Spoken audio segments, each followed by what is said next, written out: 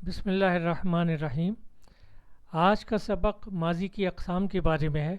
جیسے English grammar میں آپ نے پڑھا ہوگا کہ پاسٹ انڈیفینٹ، پاسٹ پرفیکٹ اور پاسٹ کنٹینیوس ٹینس ہوتے ہیں، اسی طرح ماضی کی بھی کچھ قسمیں ہیں عربی میں۔ دیکھیے، ماضی بعید کے معنی اگر جب جملے میں آتے ہیں تو فعل ماضی کے ساتھ جب کانا کا استعمال ہوتا ہے تو ماضی بعید کے معنی دیتا ہے۔ جیسے اکلا، اس نے کھایا، کانا اکلا، وہ کھاتا تھا۔ کن تو اکل تو، میں کھاتا تھا یا میں کھایا کرتا تھا۔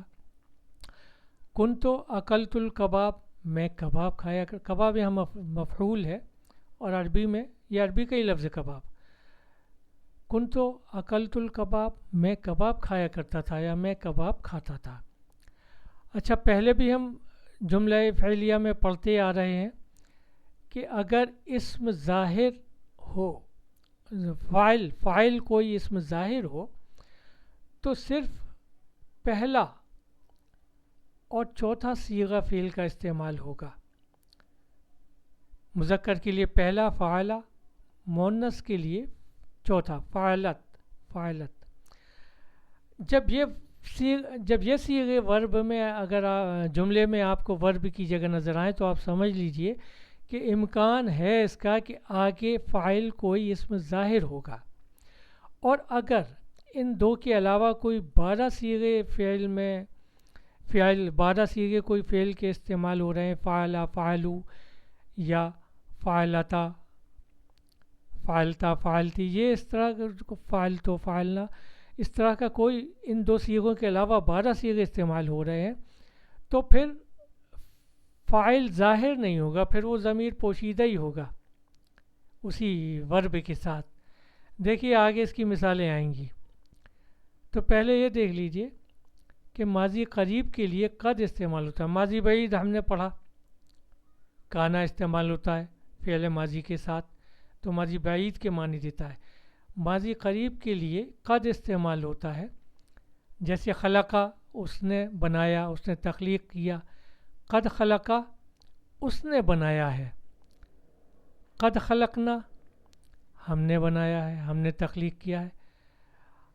ہم نے انسان کو قد خلقنا الانسان، ہم نے انسان کو بنایا ہے یا ہم نے انسان کو تخلیق کیا ہے۔ اب اس کے پہلے اگر لام جو استعمال ہوتا ہے قرآن میں استعمال ہوا ہے، لقد خلقنا الانسان، یہ لام تاکید کے لیے، لام تاکیدی ہے کہ بالتاکید ہم نے انسان کو تخلیق کیا ہے۔ قد کا بھی ویسے آپ ترجمہ ڈکشنری میں دیکھیں تو ملے گا حرف تحقیق، یعنی جو بات کی جا رہی ہے وہ بالتحقیق کی جا رہی ہے۔ اب لام کا اضافہ کر کے اس میں مزید تاکید پیدا کی گئی ہے کہ لقد خلقنا الانسان، کہ یقیناً کہ بے شک ہم نے انسان کو تخلیق کیا ہے۔ اب ماضی استمراری، یعنی ماضی میں کسی کام کے کنٹینیو ہونے کا جو سینس آتا ہے وہ ماضی استمراری، اس کو پاسٹ کنٹینیوس ٹینس کہہ سکتے ہیں۔ تو فعل مضارع کے ساتھ اگر کانا کا استعمال کیا جائے تو وہ ماضی استمراری کے معنی دیتا ہے۔ جیسے کانا یلعبو، وہ کھیلتا ہے یا وہ کھیلے گا۔ کانا یلعبو کا معنی ہو جائے گا وہ کھیلتا تھا یا وہ کھیل رہا تھا یا وہ کھیلا کرتا تھا، ہر اس طرح کے معنی اس میں، کیونکہ کنٹینیو ٹینس بھی عربی میں یہ مضارع سے ہی آتا ہے اس کا معنی۔ جیسے کہیں گے کننا نلعبو، ہم کھیلا کرتے تھے، ہم کھیلتے تھے، ہم کھیل رہے تھے۔ کننا فعلنا کے وزن پہ، نلعبو نفعلو کے وزن پہ، جمع متکلم کا صیغہ ہے۔ کننا نلعبو کرکٹ، ہم کرکٹ کھیلتے تھے یا ہم کرکٹ کھیل رہے تھے۔ اب یہاں دیکھیے کانت، یہ مؤنث کا صیغہ ہے، یہ چوتھا صیغہ ہے فعلت۔ کانت تطبخ طعامنا، طعام کھانا، تطبخ پکانا کے معنی میں آتا ہے، اسی سے بنا ہے مطبخ، کچن کو مطبخ کہتے ہیں۔ کانت تطبخ طعامنا، وہ ہمارا کھانا بنا رہی تھی یا وہ ہمارا کھانا تیار کرتی تھی. اس طرح کے دونوں معنی اس میں آ سکتے ہیں. ماضی شکیہ جہاں امکان ہو کسی کام کے ہونے کا ماضی میں، تو اس کے لیے یکونو فعل ماضی کے ساتھ یکونو استعمال ہوتا ہے. یکونو کتبہ، کتبہ اس نے لکھا، یکونو کتبہ اس نے لکھا ہوگا یا وہ لکھ چکا ہوگا. امکانی شکیہ والی بات ہوتی ہے. اب اس کا ماضی کیونکہ اس کے ماضی کے فعل کے ساتھ جو کانا کے فعل استعمال ہوں گے وہ بھی صیغے کے اعتبار سے استعمال ہوں گے. یعنی اگر یہ جمع کا صیغہ ہے تو یہاں بھی جمع استعمال ہوگا. اگر فاعل ظاہر نہیں ہے تو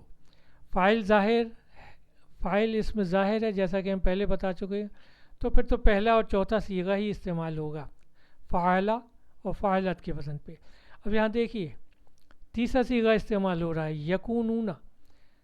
یکونون کتبو یکونون کتبو یعنی انہوں نے لکھا ہوگا یا وہ لکھ چکے ہوں گے. اب یہ دیکھیے تکون کتبتا، کتبتا فعلتا کے وزن پہ ہے. اس کا مطلب یہ ہے کہ یہ مذکر حاضر کا صیغہ ہے تکونو، کیونکہ مؤنث غائب کے لیے بھی یہی صیغہ ہے تکونو. لیکن یہاں کا آگے کا یہ جو ورب ہے کتبتا، یہ ساکن ہے با، تکونو کتبتا، تو اس کا مطلب یہ ہے کہ مذکر حاضر کا پہلا واحد کا صیغہ ہے کہ تم لکھ چکے ہوگے یا تم نے لکھا ہوگا. تکون و کتبت. اب یہاں دیکھیے یہ کتبت فاعلت کے وزن پہ چوتھا مؤنث کا صیغہ ہے، مؤنث واحد غائب. اس کا مطلب ہوگا کہ وہ لکھ چکی ہوگی یا اس نے لکھا ہوگا. گردان اس کی اسی طرح چلے گی. اب یہاں اسم ظاہر ہے، فاعل اسم ظاہر ہے، تو اس لیے پہلا صیغہ استعمال ہوا ہے یکونو. یکونو الرجال کتبو، مردوں نے، آدمیوں نے، آدمی لکھ چکے ہوں گے یا آدمیوں نے لکھا ہوگا. تکون النساء. اب دیکھیے یہاں بھی کیونکہ فاعل اسم ظاہر ہے اس لیے چوتھا صیغہ مؤنث والا استعمال ہو رہا ہے، تفعل اس کے لیے مؤنث غائب والا. تکونو یہ مضارع کا ہے تفعلو کے وزن پہ.